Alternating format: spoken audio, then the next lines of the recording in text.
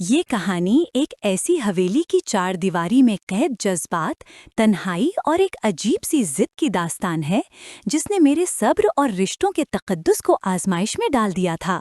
میرا نام زویا ہے۔ میرا تعلق ایک انتہائی متوسط اور سفید پوش گھرانے سے تھا۔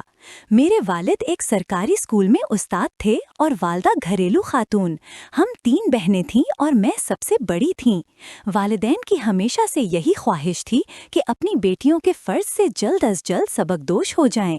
شاید یہی وجہ تھی کہ جب شہر کے ایک معروف اور امیر کبیر خاندان سے میرے لیے رشتہ آیا تو میرے والدین نے بنا کسی تحقیق کے فوراً ہاں کر دی۔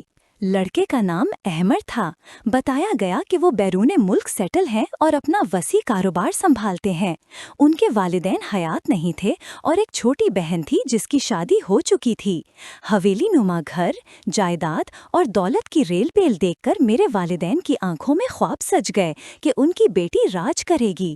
مجھے بھی یہی لگا کہ شاید میری قسمت کا ستارہ چمک اٹھا ہے۔ شادی کی تاریخ طے پائی اور بہت سادگی مگر وقار کے ساتھ مجھے رخصت کر دیا گیا۔ جب میں دلہن بن کر اس قدیم اور عالیشان حویلی میں داخل ہوئی تو وہاں کی خاموشی نے میرا استقبال کیا۔ وہ گھر نہیں، ایک محل تھا، مگر مکینوں سے خالی۔ ملازموں کی ایک فوج تھی جو میرے ہر حکم کی منتظر تھی، لیکن اپنائیت کا احساس دلانے والا کوئی نہ تھا۔ سسرال میں میرا استقبال روایتی انداز میں ہوا، مگر وہاں کوئی ہو کرنے والا ہجوم نہیں تھا۔ شادی کی پہلی رات جب میں سرخ جوڑے میں ملبوس گھونگھٹ نکالے اپنے کمرے میں بیٹھی تھی، میرے دل کی دھڑکنیں بے ترتیب تھیں۔ کمرے کو گلاب کے تازہ پھولوں سے سجایا گیا تھا جن کی مہک نے ماحول کو معطر کر رکھا تھا۔ احمر جب کمرے میں داخل ہوئے تو ان کا رویہ انتہائی شائستہ اور محبت بھرا تھا۔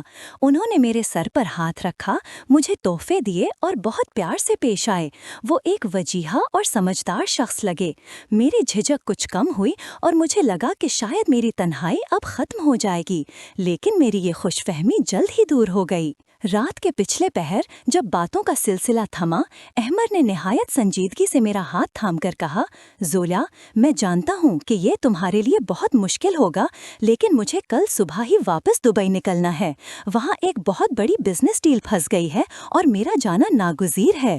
یہ سن کر میرے پیروں تلے سے زمین نکل گئی۔ ایک نئی نویلی دلہن کے لیے جس نے ابھی تک اپنے شوہر کو ٹھیک سے دیکھا بھی نہ ہو، یہ خبر کسی صدمے سے کم نہ تھی۔ میں نے بے یقینی سے ان کی طرف دیکھا۔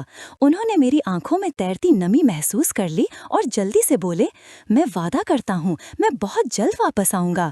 تم یہاں حویلی کی ملکہ ہو، تمہیں کسی چیز کی کمی نہیں ہوگی، بس کچھ دن کی بات ہے۔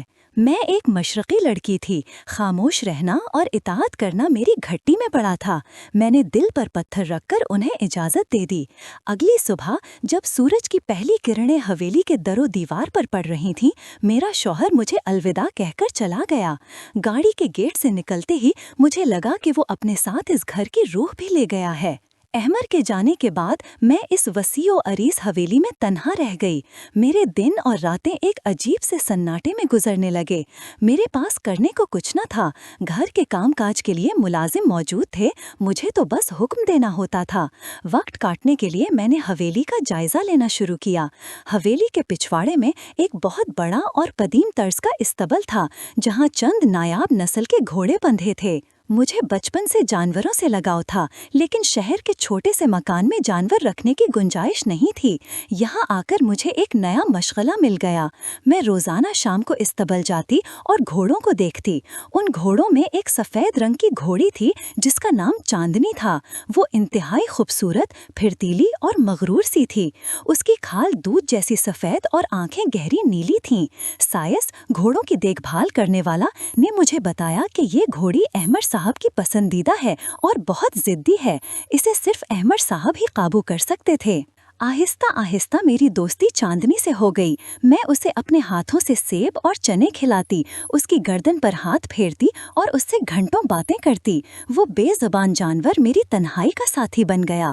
مجھے لگتا تھا کہ وہ میری اداسی کو سمجھتی ہے۔ جب میں اس کے پاس ہوتی تو مجھے اپنی تنہائی کا احساس کم ہوتا۔ یہ سفید گھوڑی میری زندگی کا ایک اہم حصہ بن گئی۔ अभी मेरी शादी को बमुश्किल 2 माह गुजरे थे कि अहमर का फ़ोन आया। उन्होंने बताया कि उनका भतीजा समीर अपनी यूनिवर्सिटी की पढ़ाई और कुछ प्रोजेक्ट्स के सिलसिले में शहर आ रहा है और वो कुछ अरसा हमारे साथ हवेली में क़याम करेगा। अहमर ने ताकीद की कि मैं उसका ख्याल रखूं। मुझे खुशी हुई कि चलो घर में कोई तो बात करने वाला आएगा, ये वीरानी कुछ तो कम होगी। समीर की आमद से हवेली की फिजा में थोड़ी तब्दीली आई। वो एक 21 साला खूबरू और शोख तबीयत का नौजवान था। उसकी आंखों में जहानत और बातों में बिला की तेजी थी। उसने आते ही मुझे चची जान कहकर मुखातिब किया और बहुत इज्जत से पेश आया। शुरू के कुछ दिन बहुत अच्छे गुजरे। वो अपनी पढ़ाई में मगन रहता और शाम को हम चाय पर इकट्ठे बैठते। वो मुझे अपनी यूनिवर्सिटी के किस्से सुनाता और मैं सुनकर मुस्कुरा देती। मुझे उसमें अपने छोटे भाई की झलक दिखाई देती थी। लेकिन फिर एक दिन वो मेरे साथ इस्तबल आया। जैसे ही उसकी नज़र चांदनी पर पड़ी, वो वहीं ठिठक कर रुक गया। चांदनी की खूबसूरती ने उसे मसहूर कर दिया था। वो दीवाने वार उसके करीब गया और बोला, वाह चची, ऐसी शानदार घोड़ी मैंने आज तक नहीं देखी। ये तो बिल्कुल हवा का झोंका लगती है। मैंने मुस्कुरा कर कहा, हाँ, ये बहुत खास है, तुम्हारे चचा की पसंदीदा है। समीर ने फौरन कहा, चची, मुझे इसकी सवारी करनी है। मैं बचपन से घर सवारी का शौकीन हूँ, लेकिन ऐसा जानवर मैंने कभी नहीं देखा। मुझे अभी इस पर बैठना है। मैंने उसे मना करते हुए कहा, नहीं समीर, ये बहुत जिद्दी और तेज मिजाज है। तुम्हारे चचा ने मना किया है कि उनके अलावा कोई इस पर सवारी ना करे।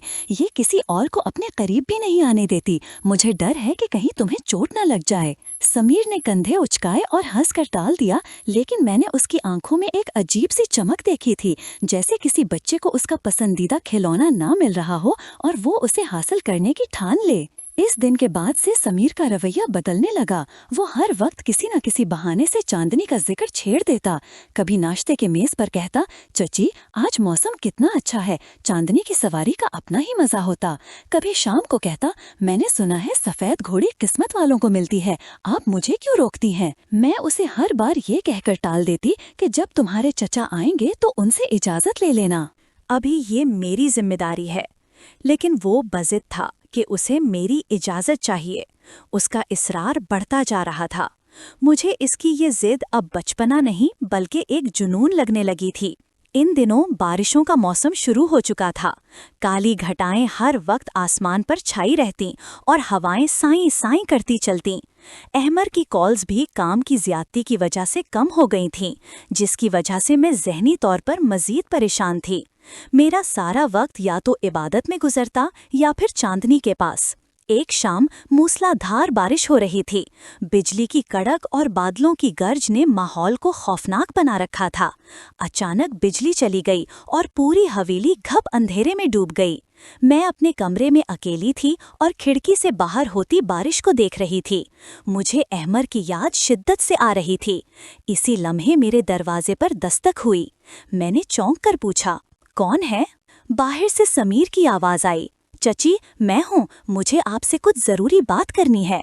मैंने दुपट्टा दुरुस्त किया और दरवाज़ा खोला। समीर हाथ में मोमबत्ती लिए खड़ा था। उसके चेहरे पर एक अजीब सा जोश और बेचैनी थी। उसने अंदर आते ही कहा, चची, मुझसे अब सब्र नहीं हो रहा। मैं आज ही अभी इसी वक्त चांदनी की सवारी करूँगा।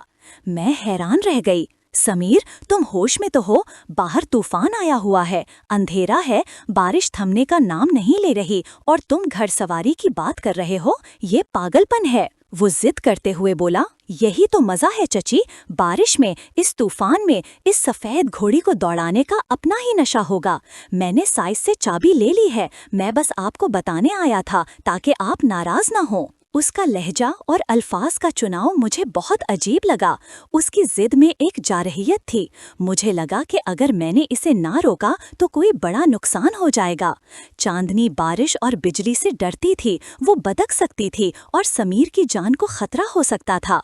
मैंने सख्ती से कहा, समीर, मैं तुम्हें मना कर रही हूँ, तुम अभी अपने कमरे में जाओ। ये कोई वक्त नहीं है इन फिजूल बातों का। लेकिन समीर पर तो जैसे धुन सवार थी। वो मुड़ा और तेजी से बाहर की तरफ भागा। मुझे खतरा महसूस हुआ। मैंने जल्दी से लालटेन उठाई और उसके पीछे भागी।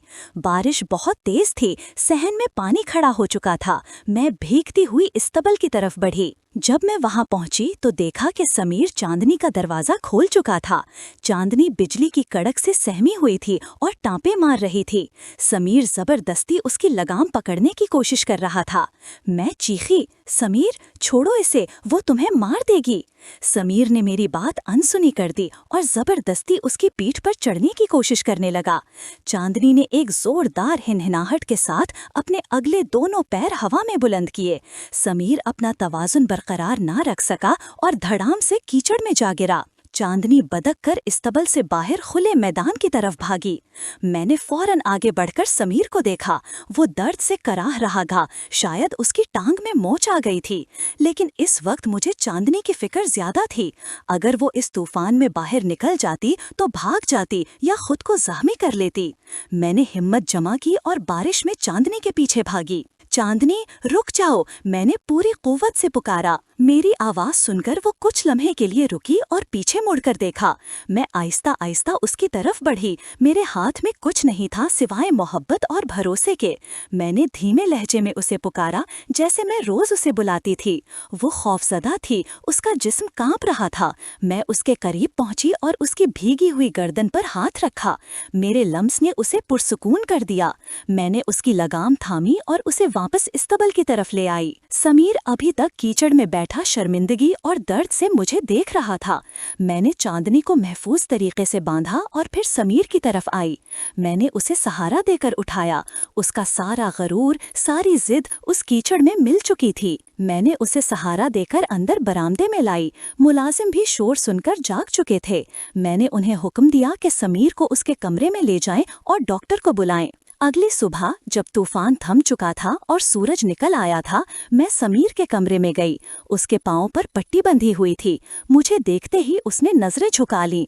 मुझे माफ कर दें चची, उसकी आवाज में नदामत थी। मैंने अपनी जिद और बेवकूफ़ी में आपकी बात नहीं मानी। मैं समझ रहा था कि मैं हर चीज को फतह कर सकता हूँ, लेकिन मैं गलत था। कल रात आपने जिस बहादुरी से चांदनी को काबू किया, उसने मुझे एहसास दिलाया कि ताकत सिर्फ जिस्म में नहीं बल्कि किरदार और मोहब्बत में होती है। मैंने शफकत से उसके सर पर हाथ रखा और कहा, समीर, जवानी का जोश अक्सर इंसान को अंधा कर देता है। वो सफ़ेद घोड़ी कोई खिलौना नहीं थी, वो एक जानदार है। हर चीज़ का एक वक्त होता है और हर रिश्ते का एहतराम।